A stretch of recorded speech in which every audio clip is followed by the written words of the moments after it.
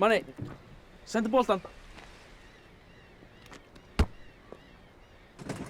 Hvað ertu að gera? Hann fór að sækja hann. Ég er með nýjan bolta fyrir ykkur. Miklu betri bolta. Handbolta. Hann er lítill. Hann á að vera lítill. Nú er komið tími til að þið lærið glænýja íþrótt sem ég flyt ykkur alla leið frá Danmörku. Hún er það glæný að einungis fáar sem engar þjóðir, eru að stundana sem kjörið tækifæri fyrir okkur til að komast langt á alþjóðavettvangi. Það væri algjör draumur. Já, þetta er mjög einfalt. Það eru 2 lið með sitt hvort markið, 1 bolti, svo er bara kast á milli. Bara eins og fótbolti, nema með höndunum. Já, það eru nokkrar fleiri reglur. Já, ég meina, það eitthvað flóknar? Nei, þetta er bara kast á milli, það má ekki hlaupa með boltan. Má ekki hlaupa með boltann. Jú, það má hlaupa með boltan. En bara smá, ekki mikið. 3 skref, svo er að dripla.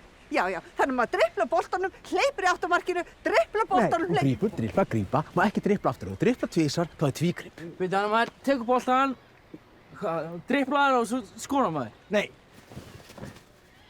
Það eru línur.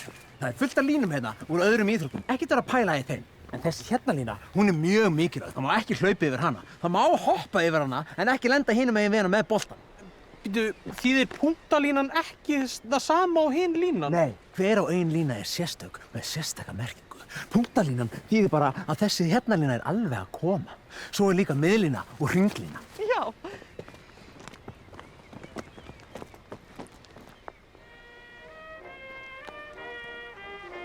Byrjið! Új, hann er svo klístraður. Byrjaðu. Gefðu hann. Hann er fastu við mig. Töff!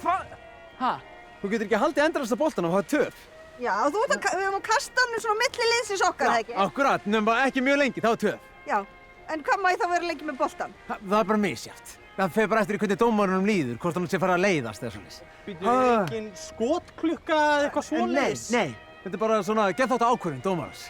Herru, þetta er allt of flókið. Förum bara í fótbolta. Nei, bíddu, í vörninni þá verður bara að muna að ef þið brjótið að okkur þá er aukakast, en það er bara gott. Það er gott að brjóta á sér. Ok.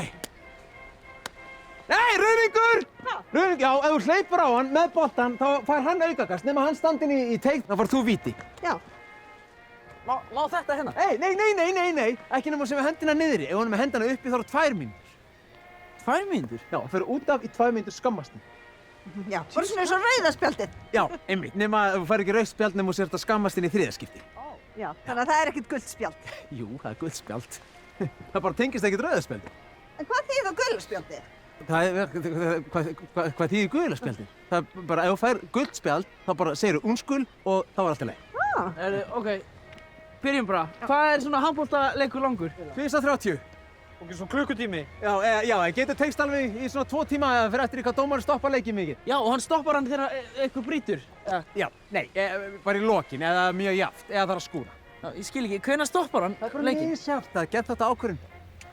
Já, við byrjum að spila og lærum þetta. Eitt hérna, er deild, þú veist, þegar línan að keppa, er deild og svo sem vinnur flesta leiki, hann er meistari. Ok, það er mjög skemmtilegt. Nema það er riðlakeppni. Og býtu liðið sem að vinnur riðilinn, Já. þeir fara í 16 liða úrslit. Nei, það er milliriðill. Liðin keppast að komast inn í milliriðilinn og taka með þessi stig úr fyrirriðilnum. Eða sum liðin gera það, ekki öll. Ég er að fá hausverk á að reyna að skilja þessa íþrótt. Það? Já. Ertu slasaður? Nei, Heyrðu.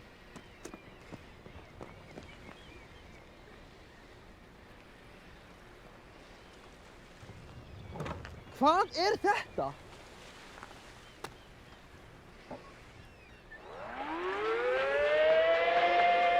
Þetta kemur alltaf ef einhver slasar sig eða þjálfarinn tekur leikhlé eða þarf að skúra. Þá kemur handboltatónlist. Alltaf þetta lag? Nei, ekki alltaf þetta lag, en alltaf eftir sama handboltatónskólti, DJ Ötzi.